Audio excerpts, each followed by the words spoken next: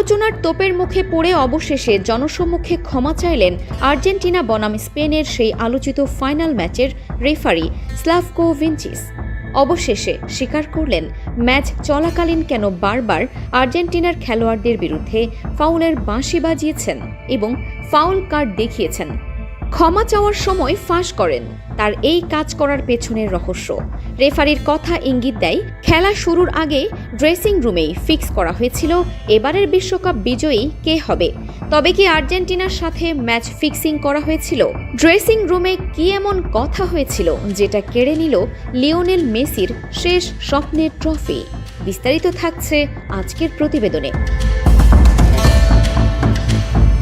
2026 সালের বিশ্বকাপ ফাইনাল শেষ হতেই ফুটবল দুনিয়ায় নেমে এলো এক ঘন কালো মেঘ।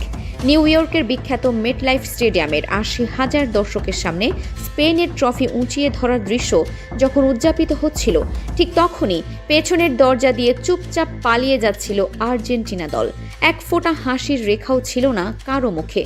চোখে মুখে শুধু এক অদ্ভুত শূন্যতা আর চরম অপমান। শোনা যাচ্ছে ম্যাচের দিন ড্রেসিং রুমের পরিবেশ একেবারেই স্বাভাবিক ছিল না।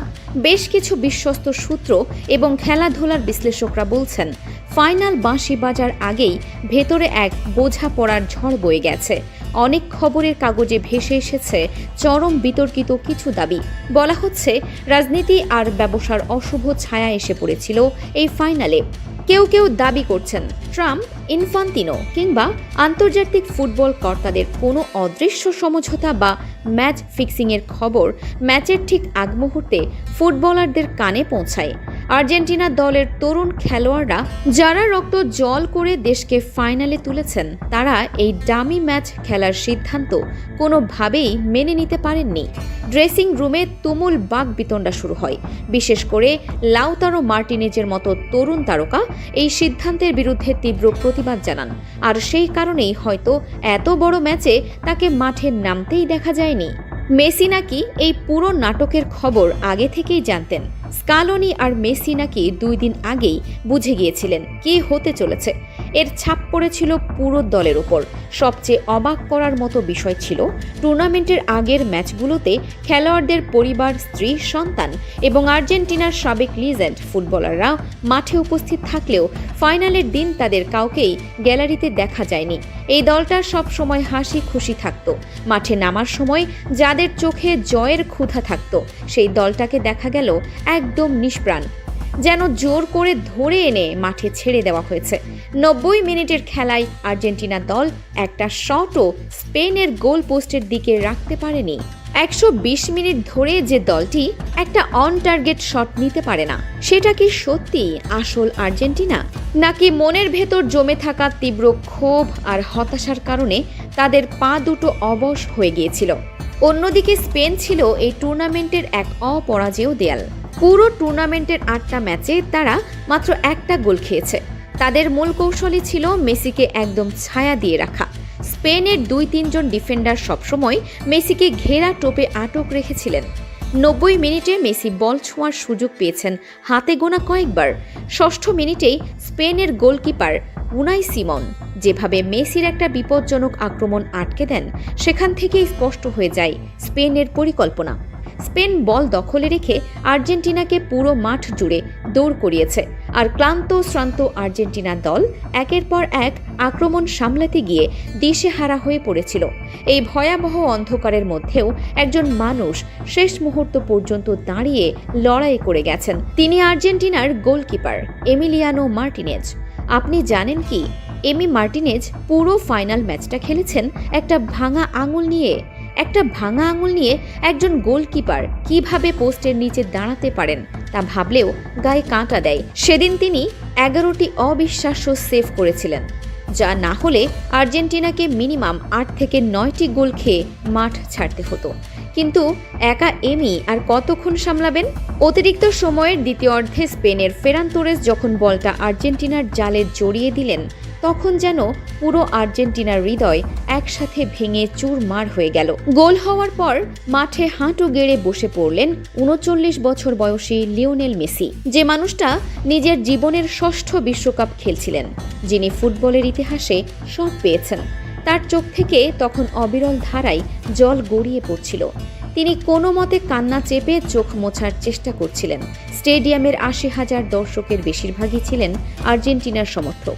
তারা দূর দূরান্ত থেকে এসেছিলেন তাদের রাজাকে শেষবারের মতো ট্রফি উঁচিয়ে ধরতে দেখতে। কিন্তু নিয়তির চিত্রনাট্য যে অন্যভাবে লেখা ছিল। ম্যাচ শেষে মেসি রানার আপ মেডেলটা গলায় ঝুলিয়ে মাঠে স্তব্ধ হয়ে দাঁড়িয়ে রইলেন। যখন স্পেনের খেলোয়াড়রা উল্লাসে মেতে উঠেছে, রোড্রি সেরা খেলোয়াড়ের পুরস্কার নিতে যাচ্ছেন, তখনও পুরো স্টেডিয়ামে গুমড়ে উঠছিল একটা নাম, মেসি মেসি। কিন্তু এই হারের যন্ত্রণা আর্জেন্টিনার খেলোয়াড়রা সহ্য করতে পারেনি। ম্যাচ শেষের বাঁশি বাজতেই ঘটে যায় আরেক অনাকাঙ্ক্ষিত ঘটনা। লিয়ান্দ্রো পারেদেস স্পেনের এক খেলোয়াড়ের সাথে হাতাহাতিতে জড়িয়ে পড়েন। পরাজয়ের যন্ত্রণা যেন তাদের হিংস্র করে তুলেছিল। এর পরপরই ঘটল সেই লজ্জাজনক ঘটনা। কোনো সাংবাদিকের মুখোমুখি না হয়ে, কোনো সংবাদ সম্মেলনে না গিয়ে পুরো আর্জেন্টিনা দল মাঠের পেছনের গোপন দরজা দিয়ে বের হয়ে বাসে উঠে পড়ে। মেসি সবার সামনে হাঁটছিলেন, আর তার পেছনে বাকি ফুটবলাররা। সবার মুখ ছিল পাথরের মতো শক্ত। হারের পর এভাবে পালিয়ে যাওয়া আর্জেন্টিনার ফুটবল ইতিহাসে এক কালো দাগ হয়ে থাকবে। ম্যাচ শেষে যখন আর্জেন্টিনার কোচ লিওনেল স্কালোনিকে মেসির ভবিষ্যৎ নিয়ে জিজ্ঞাসা করা হলো, তিনি শুধু বললেন যে মেসি কতদিন খেলবেন সেটা সম্পূর্ণ তার নিজের সিদ্ধান্ত, কিন্তু অঙ্কের হিসাব আমাদের অন্য কথা বলে। 2030 সালের পরবর্তী বিশ্বকাপের সময় মেসির বয়স হবে 43 বছর। 43 বছর বয়সে গিয়ে বিশ্বমঞ্চে পেশাদার ফুটবল খেলা অসম্ভব না হলেও অত্যন্ত কঠিন। মেট লাইফ স্টেডিয়ামের সেই সবুজ ঘাসে হাঁটু মুড়ে বসে মেসির কান্নার দৃশ্যটাই কি তবে আমাদের জন্য শেষ স্মৃতি হয়ে থাকবে, নাকি ফুটবলের ঈশ্বর এই মহাতারকাকে এভাবে বিদায় নেওয়ার জন্যই তৈরি করেছিলেন? টুর্নামেন্ট শেষ হয়ে গেলেও এর রহস্য কিন্তু শেষ হয়নি। ফুটবল এখন আর শুধুই মাঠে বল নিয়ে দৌড়ানোর খেলা নয়, এর পেছনে জড়িয়ে থাকে শত শত কোটি টাকার ব্যবসা, রাজনীতি আর বিশ্ব নেতাদের প্রভাব। ফাইনাল ম্যাচ শেষে আর্জেন্টিনার রাজধানী বুয়েন্স আইরেসে যখন হতাশ সমর্থকরা রাস্তায় নেমে পুলিশের সাথে সংঘর্ষে জড়িয়ে পড়ল, তখন স্পষ্ট হয়ে গেল এই হার সাধারণ মানুষ সহজে মেনে নিতে পারছে না। স্পেনের সাবেক লিজেন্ড পুয়োল রামোস জাভিরা যখন গ্যালারিতে বসে নিজেদের দেশের জয় উদযাপন করছিলেন, তখন আর্জেন্টিনার কোনো লিজেন্ডকে সেখানে না দেখাটা অনেক বড় প্রশ্নের জন্ম দেয়। স্কালোনির হঠাৎ দায়িত্ব ছেড়ে দেওয়ার ইঙ্গিত আর খেলোয়াড়দের দেশে না ফিরে অন্য দেশে চলে যাওয়ার খবর পুরো বিষয়টিকে আরও বেশি রহস্যময় করে তুলেছে। 2026 সালের এই ফাইনালে স্পেন নিশ্চিতভাবেই দারুণ ফুটবল খেলেছে। তাদের রক্ষণভাগ ছিল লোহার মতো শক্ত, কিন্তু আর্জেন্টিনার এই নিঃশব্দ আত্মসমর্পণ, খেলোয়াড়দের চোখের কান্না আর ড্রেসিং রুমের সেই থমথমে পরিবেশ কি সত্যিই কেবল ফুটবলের কারণে, নাকি মাঠের বাইরে লেখা হয়েছিল অন্য কোনো স্ক্রিপ্ট যা হয়তো কোনো দিনও আলোর মুখ দেখবে না? সত্য যাই হোক না কেন, নিউ ইয়র্কের সেই নিউ মেট লাইফ স্টেডিয়ামের রাতটি ফুটবল প্রেমীদের মনে চিরকাল এক গভীর ক্ষত হয়ে থেকে যাবে।